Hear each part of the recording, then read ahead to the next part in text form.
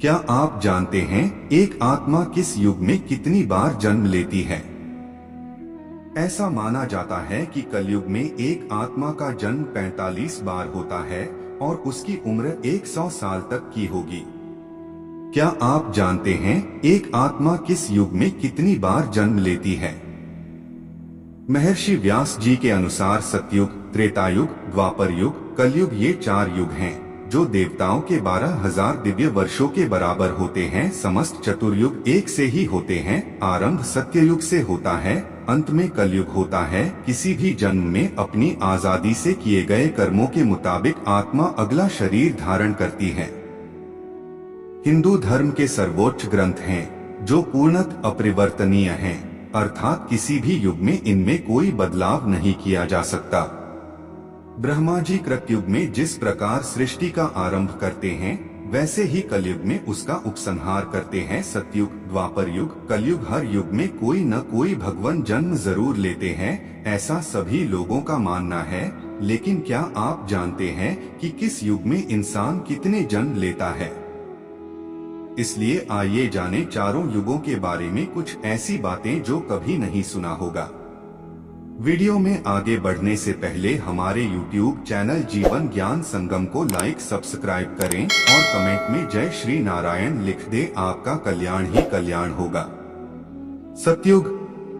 सतयुग के लिए माना जाता है कि इस युग में भगवान राम ने रावण का वध करने लिए जन्म लिया था, क्योंकि जब जब इस धरती पर पाप बढ़ा है, तब तब भगवान ने इस धरती को अपना विराट रूप दिखाया है। सतयुग में धरती पर आत्माओं का वास हुआ करता था, जिसे वर्ल्ड ऑफ सोल भी कहा जाता है। जैसे हर शरीर का अंत होता है, ठीक वैसे ही एक समय का अंत भी आता ही है। ऐसा माना जाता है कि सतयुग की एक 728,000 बाद खत्म होती है, जिसमें एक सामान्य व्यक्ति 1,00,000 साल तक जी सकता है, जिनका कद 32 फुट लंबा हुआ करता था। इस युग इंसान अपनी इच्छा अनुसार मर सकता था। त्रेतायुग। हिंदू धर्म में श्री राम, श्री विष्णु के 10 अवतारों में 7वें अवतार हैं। लेकिन यह रहस्य बहुत कम लोगों को मालूम है कि श्री राम की मृत्यु कैसे हुई।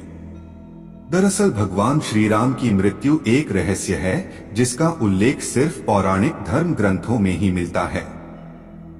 पद्म पुराण के अनुसार भगवान श्री राम ने सरयू नदी में स्वयं की इच्छा से समाधि ली थी।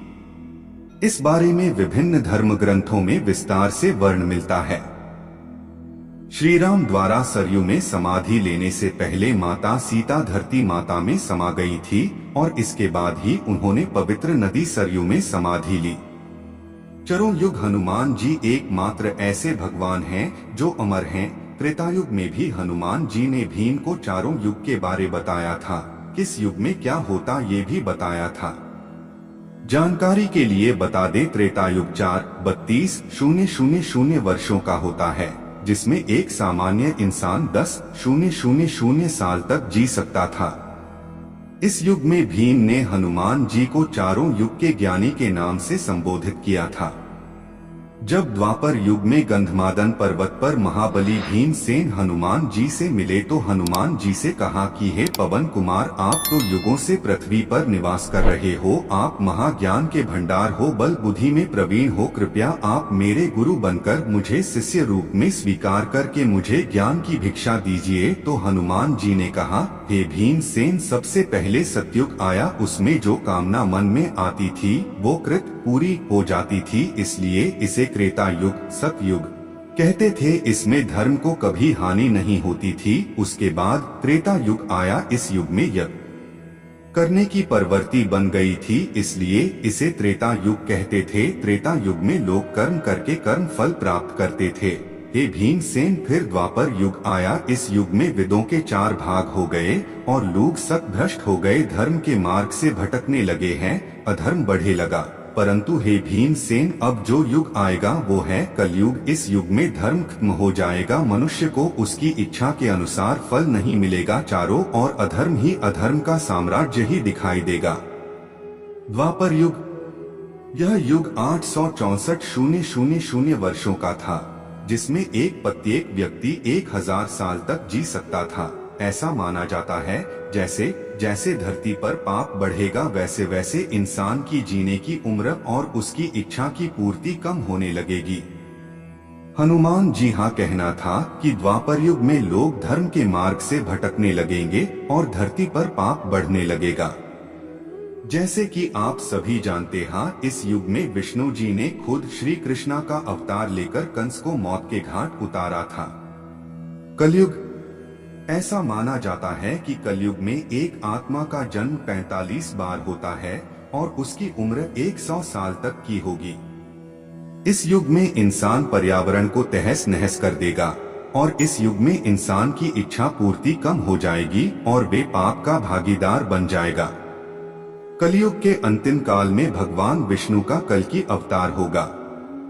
यह अवतार विष्णुशा नामक ब्राह्मण के घर जन्म लेगा। भगवान कल्कि बहुत ऊंचे घोड़े पर चढ़कर अपनी विशाल तलवार से सभी अधर्मियों का नाश करेंगे। भगवान कल्कि केवल 3 दिनों में पृथ्वी से समस्त अधर्मियों का नाश कर देंगे। माना जाता है कि कलियुग में अंतिम समय में बहुत मोटी धारा से लगातार वर्षा होगी, जिससे चारों ओर पानी ही पानी हो जाएगा। समस्त पृथ्वी पर जल हो जाएगा और प्राणियों का अंत हो जाएगा। इसके बाद एक साथ 12 सूर्य उदय होंगे और उनके तेज से पृथ्वी सूख जाएगी। आज के लिए बस इतना ही। मिलते हैं न्यू वीडियो पर। जय हिंद, जय भारत।